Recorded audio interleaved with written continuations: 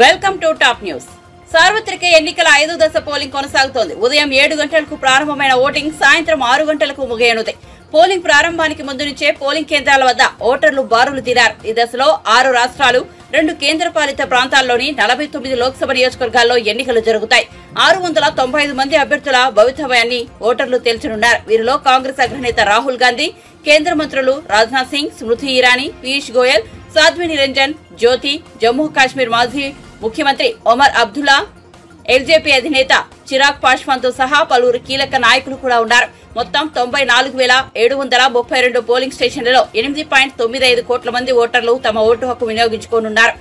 ఈ 49 స్థానాల్లో 40 స్థానాలు ఎన్డీఏ సిట్టింగ్ స్థానాలు కావడంతో బీజేపీకి దశ చాలా కీలకంగా మారింది.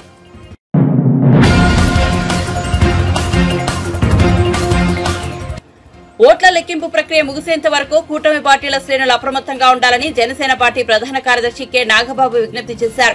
ఈవీఎంలు భద్రపరిచిన స్ట్రాంగ్ రూమ్ల వద్ద పార్టీల ప్రతినిధులు పహారా ఉండాలని కోరారు. ఓడిపోయాక కూడా జగన్ కుర్చీ వదిలేందుకు సిద్ధంగా ఉండబోరని అన్నారు.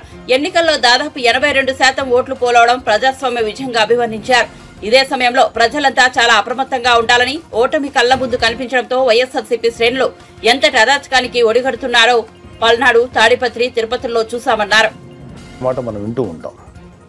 ఈ జగన్మోహన్ రెడ్డి కూడా ఆ కోవలోకి వస్తాడో లేదో తెలియదు, కానీ ఖచ్చితంగా అతను ఒక సోషియోపాత్. ప్రజలను కులాలుగా, వర్గాలుగా, పార్టీల వారీగా విడదీసి చిచ్చులు పెట్టి ఆనందించే రకం. అతనిలో ఆ మానసిక స్థితిని మొదట్లో ఎవరు గుర్తించలేకపోయారు. ఆ వ్యాధిని తన అసురగణానికి కూడా అంటించాడు. ఈ సోషియోపాత్ మానసిక స్థితి రోజు రోజుకి ముదిరిపోయింది. ఓటమి కనిపిస్తుండటంతో వైసీపీ ముఠాలు ఉన్మాదంతో ప్రజల ఇళ్ల మీద పడి అరాచకం సృష్టిస్తున్నాయి.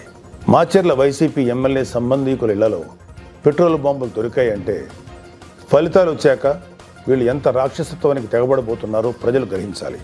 తాడిపత్రిలో పోలీసులు కూడా తమను తాము రక్షించుకునేందుకు అగచాట్లు పడ్డారు. అంటే వైసీపీ ఎంతగా రెచ్చిపోతుందో అర్థం చేసుకోవాలి. వైసీపీకి ఓటు వేయలేదని తెలిసి ఇళ్లలో చొరబడి మహిళలను, పిల్లల్ని అందరినీ చావుగొట్టే పైశాచికత్వాన్ని పెంచింది ఎవరు? ఖచ్చితంగా ఈ జగన్మోహన్ రెడ్డి అనే చెప్పాలి. విశాఖపట్నంలోని కంచరపాలెంలో ఓ కుటుంబం కూటమి అభ్యర్థులకు ఓటు వేసిందని తెలిసి వైసీపీ గుండాలు ఆ ఇంట్లో మహిళలను, చదువుకుంటున్న పిల్లలపై దుర్మార్గంగా దాడి చేసింది. గర్భంతో పుట్టింటికి వచ్చిన మహిళపైన తీవ్రంగా దాడి చేశారు. అంటే వైసీపీ రాక్షసత్వం ఏ స్థాయిలో ఉందో తెలుసుకోండి. ఇలాంటివన్నీ తెలుసుకొని చిక్కటి చిరునవ్వులు చెందించే వ్యక్తిని ఏమనాలి? మహేష్ బాబు స్పైడర్ సినిమాలో విలన్ సూర్య గుర్తొస్తున్నాడు కదా. ఉత్తరాంధ్ర నుంచి రాయలసీమ వరకు ఎన్నికల అనంతరం హింసను ప్రేరేపించడంలో వైసీపీ ఓటమి కనిపిస్తుంది. రాబోయే ఓటమిని కప్పిపుచ్చుకునేందుకే ఈ దాడులు చేస్తుంది. ఈవీఎంలు భద్రపరిచిన స్ట్రాంగ్ రూమ్స్ దగ్గర కూడా భద్రత పటిష్టంగా ఉంచాలి. అక్కడ సెంట్రల్ గవర్నమెంట్ వారిది 3 అంచెల సెక్యూరిటీ ఉంది. అయినా కూడా అక్కడ మన కూటమి పార్టీల ప్రతినిధులు నిరంతరం పహరా ఉండాలి. ముఖ్యంగా మన జన సైనికులకి, వీర మహిళలకి నా అభ్యర్థన ఏంటంటే, ఎక్కడైతే జనసేన పోటీ చేసిన ప్రాంతాల్లోని ఈవీఎంస్ భద్రపరిచిన స్ట్రాంగ్ రూమ్స్ ఉన్నాయో అక్కడ మన జన సైనికులు వాలంటీరింగ్ చేసి కాపులాగా కూర్చోవాలి. ఈ అవకాశాన్ని ముఖ్యంగా మనం వదులుకోవద్దు, వాడుకుందాం. ఈ వైసీపీ దుర్మార్గులను ఏ దేశంలోనూ తేలిగ్గా తీసుకోవద్దు. వాళ్ళు ఏ అరాచకానికైనా, దౌర్జన్యానికైనా తెగబడతారు. ఆ మధ్యన అంటే 2-3 ఏళ్ల క్రితం అమెరికన్ ప్రెసిడెన్షియల్ ఎలక్షన్స్లో కూడా ఎక్స్ ప్రెసిడెంట్ డొనాల్డ్ ట్రంప్ ఇలాంటి లక్షణాలే కనబరిచాడు. ఎన్నికల్లో ఓడిపోతున్నాను అని తెలిసాక కూడా నేనే గెలుస్తున్నాను, గతం కంటే గట్టిగా ఓట్లు వచ్చాయని ప్రచారం మొదలెట్టాడు. ఫలితాలు వచ్చాక కూడా నానా యాగి చేసి కుర్చీ వదలంటే వదలని అలాగే భీష్మించి కూర్చుంటే వైట్ హౌస్ నుంచి పంపేశారు. దాదాపు ఇలాంటి లక్షణాలే మన ఆపద్ధర్మ ముఖ్యమంత్రి జగన్మోహన్ రెడ్డి కూడా ప్రదర్శిస్తున్నాడు. అందుకే మొన్నటికి మొన్న ఐపాక్ మీటింగ్లో కూడా తన పార్టీ గెలుస్తుందని గొప్పలు చెప్పాడు. అతని మానసిక స్థితిని వంటపట్టించుకున్న ఉత్తరాంధ్ర నాయకుడు ప్రమాణ స్వీకార ముహూర్తం, విశాఖలో స్థలం అన్నీ ప్రకటించేశాడు. జూన్ 4 తర్వాత వీళ్ళందరినీ విశాఖలో ఉన్న ఆ ఆసుపత్రుల్లో చేర్చాల్సిందే. ట్రంప్ లాగే జగన్ కూడా కుర్చీ వదులుకోవడానికి ఇష్టపడ్డాడు. తన ఉన్మాద బృందంతో రాష్ట్ర వ్యాప్తంగా దాడులు, హింసకు తెగబడే ప్రమాదం లేకపోలేదు. దీనిపై కేంద్ర ప్రభుత్వానికి ఖచ్చితమైన సమాచారం ఉంది. అందుకే వచ్చే నెల 15వ తేదీ వరకు కేంద్ర బలగాలను మోహరించాలని చెప్పింది. మన వంతుగా కౌంటింగ్ ముగిసే వరకు కౌంటింగ్ కేంద్రాల దగ్గర, పార్టీ కార్యాలయాల దగ్గర కూటమి శ్రేణులు అప్రమత్తంగా ఉంటూ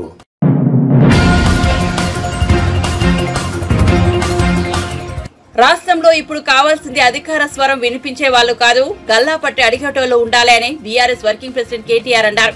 భువనగిరి జిల్లాలో భువనగిరి, ఆలేరులో ఆదివారం నిర్వహించిన వరంగల్, ఖమ్మం, నల్గొండ పట్టభద్రుల బీఆర్ఎస్ సన్నాహక సమావేశానికి ముఖ్య అతిథిగా హాజరై ప్రసంగించారు. రేవంత్ రెడ్డికి బాకా ఊదేవాళ్లు కావాలా, మేధావులు కావాలా, బ్లాక్ మెయిలర్, లాబియింగ్ చేసి పైశాచిక ఆనందం పొందేవారు కావాలా, ప్రజా సమస్యలు పరిష్కరించే వాళ్ళు కావాలా ఆలోచించాలని సూచించారు.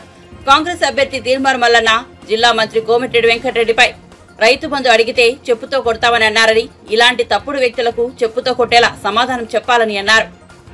మండలిలో దానికి భిన్నంగా 4 రకాలుగా అక్కడ శాసన మండలి అభ్యర్థుల ఎంపిక జరుగుతుంది. ఒకటి, గెలిచిన ఎమ్మెల్యేలు కొంతమందికి శాసన మండలికి అభ్యర్థులను ఎంపిక చేసే అవకాశం ఉంటుంది. ఇప్పుడు నేను జగదీష్ అన్న ఎమ్మెల్యేలు కాబట్టి మాకు కూడా కొంతమంది శాసన మండలిని అభ్యర్థులను ఎంపిక చేసే ఓటర్లం మేమవుతాం. దాని తర్వాత ఇంకొక విభాగం ఏముంటుందంటే గవర్నర్ గారు కొంతమందిని నామినేట్ చేసే అవకాశం ఉంటుంది. కొంతమంది సమాజంలో లబ్ధ ప్రతిష్ఠులైన వ్యక్తులు, పెద్దవాళ్ళు, ఉన్నత చదువులు చదివిన వాళ్ళు శాసన మండలిలో ఉండడం వల్ల, అప్పర్ హౌస్లో ఉండడం వల్ల రాష్ట్రానికి మేలు జరుగుతుంది, దేశానికి మేలు జరుగుతుంది అనుకుంటే అట్లాంటి వారిని నామినేట్ చేసే అవకాశం ఉంటుంది. మూడో కేటగిరీ టీచర్ ఎమ్మెల్సీ. టీచర్లు తమ సమస్యలు నివేదించడానికి, తమ సమస్యలను ప్రస్తావించడానికి టీచర్ కాన్స్టిట్యున్సీలు ఉన్నాయి. 3 టీచర్ కాన్స్టిట్యున్సీలు ఉన్నాయి, 3 జిల్లాలకు ఒకటి చొప్పున. వాటికి టీచర్లే ఓటర్లు. 4వ కేటగిరీ విద్యావంతుల సమస్యలు. చదువుకున్న విద్యావంతుల సమస్యలను, గ్రాడ్యుయేట్ల సమస్యలను, అంటే ఉపాధి కల్పనకు సంబంధించి కానీ, ఉద్యోగాలకు సంబంధించి కానీ, లేదా ఆల్రెడీ ఉద్యోగంలో ఉంటే సర్వీస్ పరమైన సమస్యలు కానీ, వీటన్నిటినీ లేవనెత్తడానికి ఒక మంచి గొంతు, మంచి వ్యక్తి అక్కడ ఉండాలనడానికి ఈ 4వ కేటగిరీ. ఇవాళ తమ్ముడు రాకేష్ రెడ్డి గారు పోటీ చేస్తున్న గ్రాడ్యుయేట్ కేటగిరీ ఆ కేటగిరీలో ఉంటుంది. మొత్తం కౌన్సిల్లో ఇంకో కేటగిరీ కూడా ఉంది, లోకల్ బాడీ ఎమ్మెల్సీ. అంటే ఎంపీటీసీలు, జెడ్పీటీసీలు, కౌన్సిలర్లు తమ బాధలు, సమస్యలు ప్రభుత్వం దృష్టికి తీసుకొని రావడానికి లోకల్ బాడీ ఎమ్మెల్సీని కూడా ఎంపిక చేసే అవకాశం ఇంకో కేటగిరీ కూడా ఉంది. మొత్తంగా 5 కేటగిరీల్లో శాసన మండలిలో అభ్యర్థులు ఉంటారు. మొత్తం 40 మంది ఎమ్మెల్సీలు ఉన్నారు ఈరోజు మన శాసన మండలిలో. నేను మీ అందరినీ ప్రార్థించేది ఏంటి అంటే, మనం ఎవరికి ఓటేస్తున్నాము అనేది పార్టీతో పాటు అభ్యర్థి గుణగణాలు కూడా తప్పకుండా చూడవలసిన బాధ్యత, తప్పకుండా ఒకసారి ఆలోచించి ఓటు వేయాల్సిన బాధ్యత విద్యావంతులుగా మనందరి మీద కూడా ఉంటుంది. ముందుగా ఈ నల్లగొండ, ఖమ్మం, వరంగల్ ఈ 3 జిల్లాల్లోని గ్రాడ్యుయేట్ సోదరులందరికీ ముందుగా నేను హృదయపూర్వకంగా ధన్యవాదాలు తెలియజేస్తా ఉన్నా. ఎందుకంటే 4 పర్యాయాలు ఎన్నిక జరిగింది ఈ కాన్స్టిట్యున్సీ ఏర్పడ్డప్పటి నుంచి. 4 సార్లు ఎలక్షన్ జరిగింది.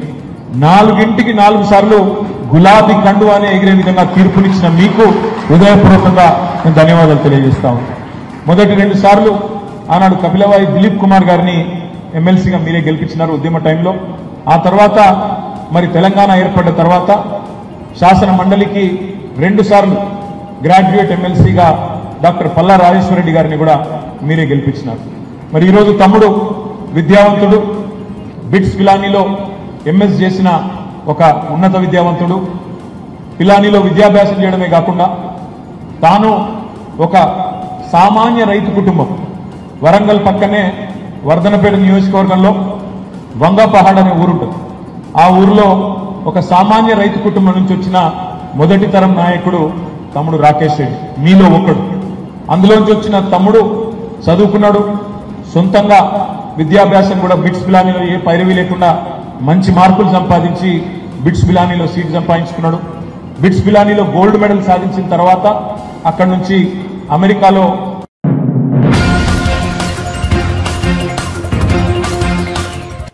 కేంద్రం ఏపీలో ప్రభుత్వం మారడం తథ్యమని సిపిఐ నేత నారాయణ అన్నారు. ఎన్డీఏకు 400 సీట్లు వస్తాయంటూ ప్రధాని మోదీ మైండ్ గేమ్ ఆడుతున్నారని, వాస్తవానికి పరిస్థితులు అందుకు పూర్తి భిన్నంగా ఉన్నాయని వ్యాఖ్యానించారు.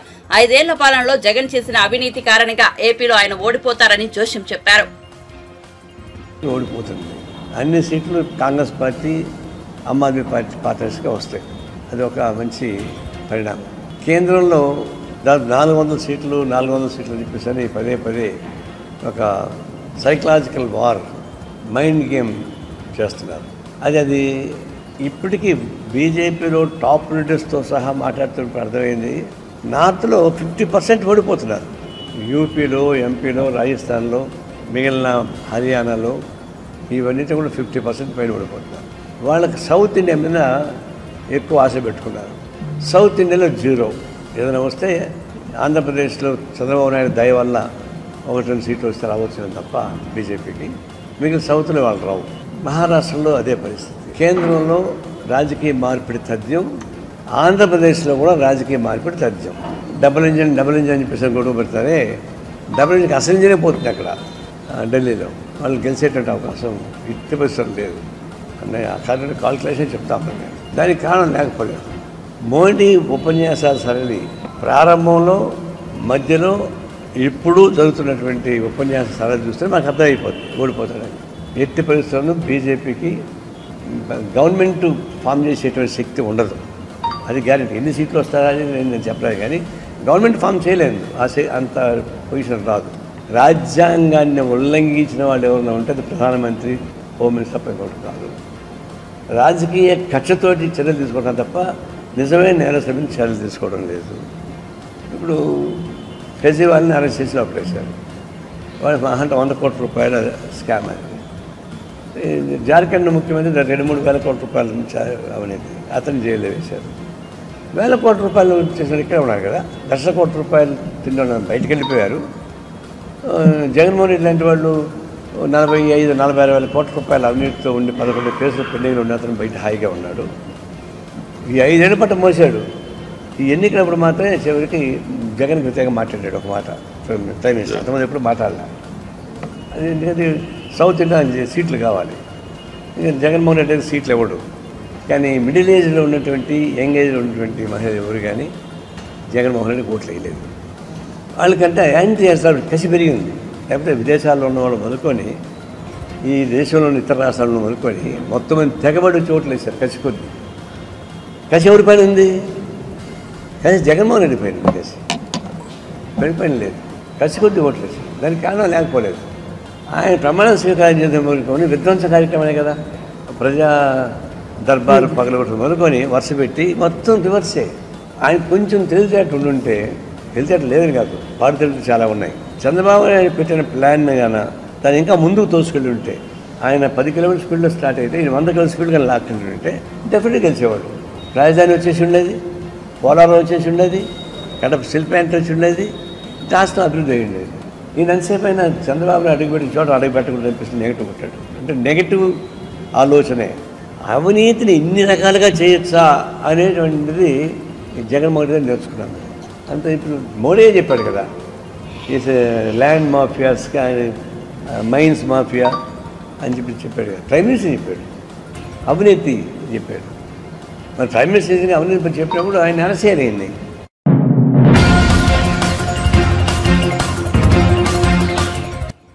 ఆదివారం సెలవు రోజు కావడంతో యాదగిరిగుట్ట లక్ష్మీ నరసింహస్వామి ఆలయానికి భక్తులు పోటెత్తారు. స్వామివారి దర్శనానికి అధిక సంఖ్యలో భక్తులు క్యూలైన్లో బారులు తీరారు. దీంతో స్వామివారి ఉచిత ప్రవేశ దర్శనానికి సుమారు 3 గంటలు, ప్రత్యేక దర్శనానికి గంటల సమయం పడుతోంది.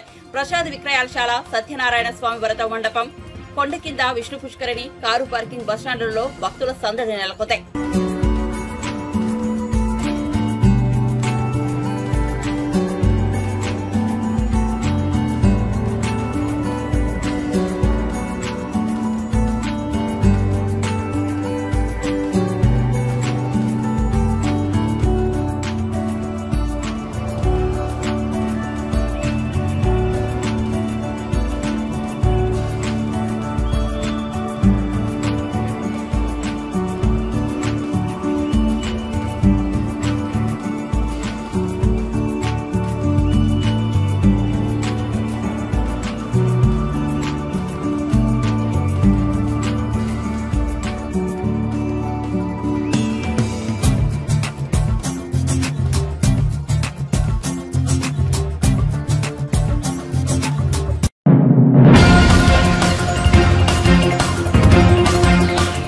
ఏపీ మంత్రి పెద్దిరెడ్డి రామచంద్రారెడ్డి ప్రెస్ మీట్ ఏర్పాటు చేసి టీడీపీ నేతలపై విరుచుకుపడ్డారు. పెద్దిరెడ్డి కంపెనీకి చెందిన వాహనాలను విదేశాలకు పంపించేస్తున్నారని, సీఎం జగన్ విదేశాలకు చెక్కేశారని టీడీపీ నేతలు వస్తున్న వ్యాఖ్యల పట్ల ఆయన మండిపడ్డారు. టీడీపీ నేతలు నోరు అదుపులో పెట్టుకుని మాట్లాడాలని, లేకపోతే తాము కూడా వీధుల్లోకి వచ్చి మాట్లాడాల్సి ఉంటుందని హెచ్చరించారు. ఈ సందర్భంగా మంత్రి పెద్దిరెడ్డి టీడీపీ జాతీయ ప్రధాన కార్యదర్శి నారా లోకేష్ పై ధ్వజమెత్తారు. ఈ లోకేష్ మాట్లాడితే చాలు పాపాల పెద్దిరెడ్డి అంటున్నాడని ఆరోపించారు. మీ నాన్నే పాపాల చంద్రబాబు ఎంతో మందిని చంపించేశారు.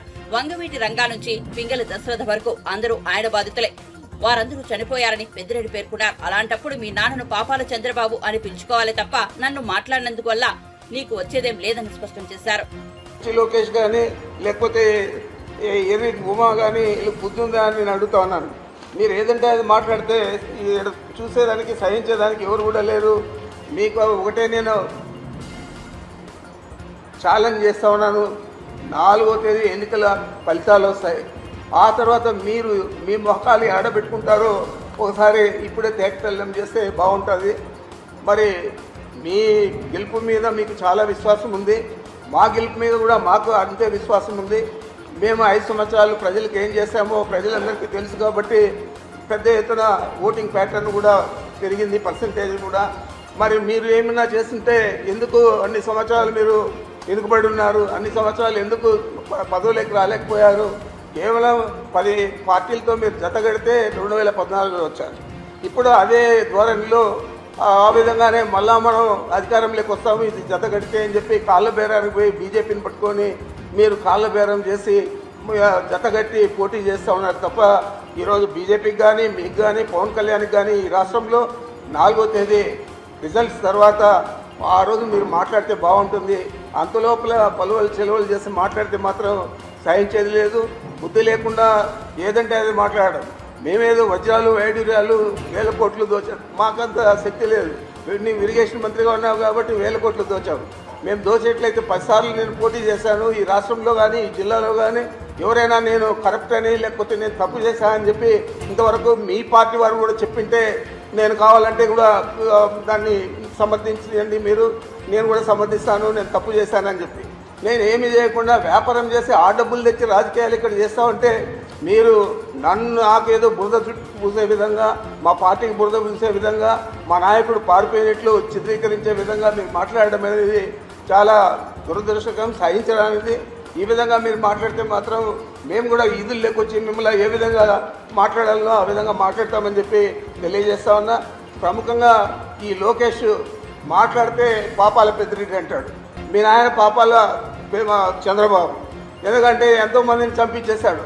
ఎంతోమంది పాపం అందరూ కూడా ఈయన వల్ల మనం వంగవీటి రాధా కాడి నుంచి చాలామంది, పింగళి దశరథ కాడి నుంచి అందరూ కూడా నీ బాధితులే, అందరూ కూడా చనిపోయారు.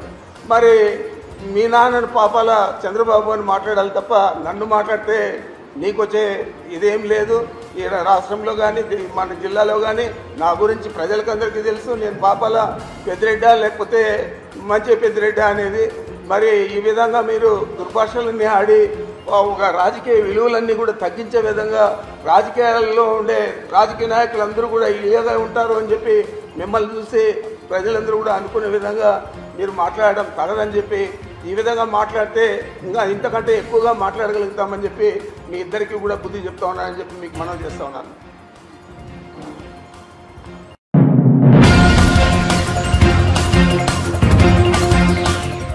ఎన్నికల సందర్భంగా పల్నాడు జిల్లాలో తలలు పగులుతుంటే పోలీసులు స్పందించకుండా అలసత్వం వహించారని, అసలు నేరస్తులు పోలీసులేనని జలవనరుల శాఖ మంత్రి అంబటి రాంబాబు ఆరోపించారు. పల్నాడు జిల్లా సత్తెనపల్లి వైఎస్ఆర్సీపీ కార్యాలయంలో ఆదివారం ఆయన విలేకరులతో మాట్లాడారు. రాష్ట్రంలో ఈవీఎంలు పగలగొట్టడం, హింసాత్మక ఘటనలకు పాల్పడడం వంటివి జరిగాయి. బీజేపీ రాష్ట్ర అధ్యక్షులు పురంధేశ్వరి ఫిర్యాదు మేరకు పల్నాడు జిల్లాలో ఇతర ప్రాంతాల్లోనూ అధికారులను మార్చారు. ఎస్పీలను మార్చిన చుట్టే హింస చెలరేగింది. ఈ స్థాయిలో హింస గతంలో ఏనాడు జరగలేదు. పల్నాడులో జరిగిన హింసకు పురంధేశ్వరి, చంద్రబాబు, పవన్ కళ్యాణ్లే ప్రధాన కారణమని ఆరోపించారు. ఎన్నికల కమిషన్కు ఫిర్యాదు చేశారు. ఎవరైతే ఐపీఎస్ అధికారులు ఉన్నారో వీళ్ళందరూ కూడా ప్రభుత్వానికి తొత్తులుగా ఉన్నారు, వారికి అనుకూలంగా ఉన్నారు. కాబట్టి వారిని మారిస్తే తప్ప నిష్పక్షపాతంగా ఎన్నికలు జరగవు అనేటువంటి ఆర్గ్యుమెంట్ను తీస్తే సహజంగానే ఎన్నికల కమిషన్ కొంత బిలీవ్ చేసి ఉండవచ్చు. ఈ మార్పులన్నీ చేశారు. ఇక్కడ గమనించాల్సిన అంశం ఏమిటంటే, ఎక్కడైతే పురంధరేశ్వరి పిటిషన్ మీద మార్పులు చేశారో ఆ ప్రాంతంలోనే హింస ప్రజ్వరిల్లింది. Note this point. ఇవాళ మనం ఫర్ ఎగ్జాంపుల్ అనంతపూర్ తీసుకున్నాం, ఫర్ ఎగ్జాంపుల్ పల్నాడు తీసుకున్నాం. పల్నాడులో నేను this the third time I'm going to contest, మూడోసారి నేను పోటీ చేయబోతున్నాను. గత 2 ఎన్నికల అనుభవం నాకుంది. ఏ రోజుని కూడా ఇంత పెద్ద ఎత్తున హింస జరిగినటువంటి సందర్భం లేదు. మొన్న ఎన్నికల్లోనే భారీ ఎత్తున హింస జరిగింది. ఎందుకు జరిగింది? కారణం ఏంటి? కొత్తగా ఎస్పీ వచ్చారు. పాత ఎస్పీ పక్షపాత ధోరణితో ఉంటాడని మార్చేశారు. కొత్త ఎస్పీని ఇస్తే బలంగా ఉండాలి కదా, ప్రశాంతంగా జరగాలి కదా. ఎందుకు పూర్వం కన్నా ఎక్కువ హింస జరిగింది అనేది ఇక్కడ పాయింట్ అని మనం చేస్తున్నాం. అంటే ఈ మార్పులు చేర్పుల మీదే కుట్ర జరిగిందా? తెలుగుదేశం, భారతీయ జనతా పార్టీ పురంధరేశ్వరి గారు, పవన్ కళ్యాణ్ గారు కలిసి కుట్ర చేశారా? కుట్ర చేసి ఈ పిటిషన్లు పెట్టి ఏదో ఒక విధంగా తాము తమ ఓట్లను, ఫాల్స్ ఓట్లను గందరగోళాలు చేసి ఓట్లు వేయించుకోవడం ద్వారా గెలవాలని అనుకున్నారా అనేటువంటి సందేహాలు కలుగుతూ ఉన్నాయి. ముఖ్యంగా పల్నాడులోకి వస్తే నరసరావుపేట పార్లమెంటు నియోజకవర్గం వైఎస్ఆర్ కాంగ్రెస్ పార్టీకి చాలా strong constituency. Everybody knows it. 7కి 7 గెలిచాం పోయిన ఎన్నికల్లో. ఇవాళ కూడా 7కి 7 గెలిచే పరిస్థితి ఉన్నది అని మాకన్నా బాగా తెలిసిన వ్యక్తి అటు పోటీ చేసిన మా పార్టీ వ్యక్తి ఉన్నదాకా. కాబట్టి దీన్ని ఏదో విధంగా నలిపేయాలి అనేటువంటి కుట్రతో ఇదంతా చేశారనేటువంటి భావన కలుగుతుంది. చాలా చిత్రమైన విచిత్రమైన సంఘటన ఏమిటంటే, ఎన్నికల కమిషన్ ఎవరినైతే అపాయింట్ చేశారో ఎస్పీలుగా వాళ్ళని సస్పెండ్ చేసే పరిస్థితి. ఇది చరిత్రలో నేను ఎప్పుడు ఎక్కడ చూడాల. ఎన్నికల కమిషన్ అంతకు ముందు ఉన్నటువంటి ఐపీఎస్ ఆఫీసర్లు పక్షపాతంగా వ్యవహరిస్తారేమో అనే అనుమానంతో మంచి చరిత్ర కలిగినటువంటి ఐపీఎస్ ఆఫీసర్లను ఎస్పీలుగా వేస్తే వాళ్ళు విధి నిర్వహణలో ఫెయిల్ అయ్యారని భావించి, ప్రాథమిక సమాచారం ఉందని భావించి వాళ్ళని సస్పెండ్ చేశారు. ఊరినే బదిలీ కూడా కాదు, they suspended from the service at present. అంత విచిత్రమైన విషయం. దీన్ని ఏ విధంగా భారత ప్రజాస్వామ్యంలో భావించాలని అడుగుతా ఉన్నా. దీని వెనుక నేను ఒకటే మనవి చేస్తున్నా, నేను ఓడిపోతాను అని అనుకున్న రోజున నారా చంద్రబాబు నాయుడు గారు రాక్షసంగా వ్యవహరిస్తాడు. తనకు అధికారం రాదు అనుకున్నప్పుడు హింసను ప్రజ్వలింపజేస్తాడు. ఇది నారా చంద్రబాబు నాయుడు గారి చరిత్ర. ఇవాళ పలనాడులో హింస జరగడానికి కారణం నారా చంద్రబాబు నాయుడు గారు, అదేవిధంగా పురంధరేశ్వరి గారు. ఇక్కడ మార్పుల వల్లే ఇంత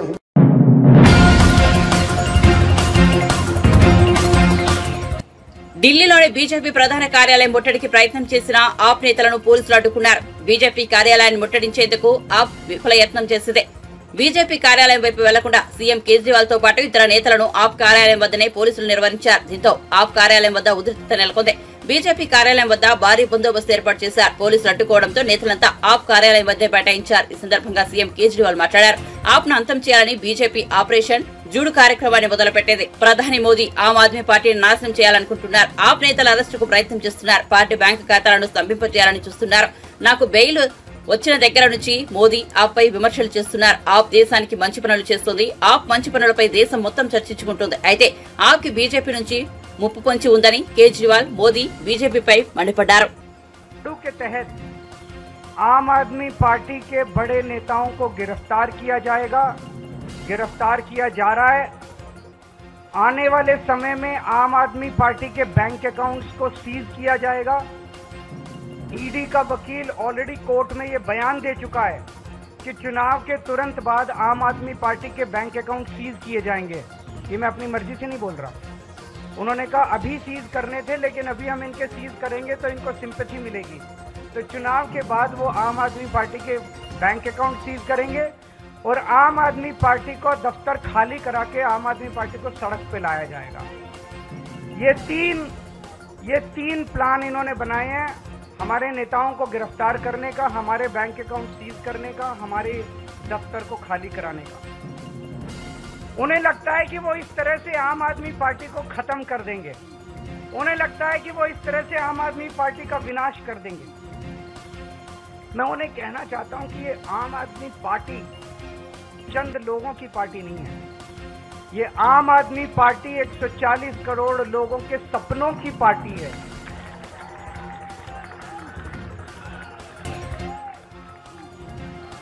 आम आदमी पार्टी कोई पार्टी नहीं है। जिस किस्म के काम हम लोगों ने दिल्ली और पंजाब में किए हैं, 75 साल के अंदर इस देश के लोगों ने ऐसे काम कभी नहीं देखे थे। ये विचारधारा, इस किस्म के काम कि सरकार ऐसे भी चल सकती है, सरकार इतनी ईमानदारी से भी चल सकती है, ये बात, ये विचारधारा देश के अंदर बड़ी तेजी से फैल रही है। और जो सपने सरकारों को लेके एक आम आदमी इस देश के अंदर देखा करता था, वो सपने अब लोगों को सच होते हुए नजर आ रहे हैं। ये हो सकता है। दिल्ली के अंदर, पंजाब के अंदर हमने सरकारी स्कूल ठीक करने चालू कर दिए। दिल्ली के अंदर सरकारी स्कूल शानदार कर दिए। गरीब बच्चों को अच्छी शिक्षा मिलने लगी। ये मोदी जी नहीं कर पा रहे, तो उन्होंने तय किया कि इनको रोको, इनको गिरफ्तार कर लो, मनीष सिसोदिया को गिरफ्तार कर लो, केजरीवाल को गिरफ्तार कर लो, इनके स्कूल बंद करो। हमने दिल्ली के अंदर, पंजाब के अंदर ढेरों मोहल्ला क्लिनिक खोल दिए, सरकारी अस्पताल ठीक कर दिए, लोगों के लिए फ्री इलाज का इंतजाम कर दिया। मोदी जी नहीं कर पा रहे। इन्होंने कहा केजरीवाल को गिरफ्तार करो, इनके अस्पताल बंद करो, इनके मोहल्ला क्लिनिक बंद करो। हमने दिल्ली में, पंजाब में बिजली मुफ्त कर दी, वो इनसे नहीं हो पा रही। जहां जहां इनकी सरकारें घाटे में चल रही हैं, इनके पास पैसा ही नहीं है। हमने पैसा बचा बचा के, ईमानदारी से पैसा बचा बचा के बिजली फ्री कर दी। अब हम महिलाओं को 1000-1000 रुपए देने जा रहे हैं।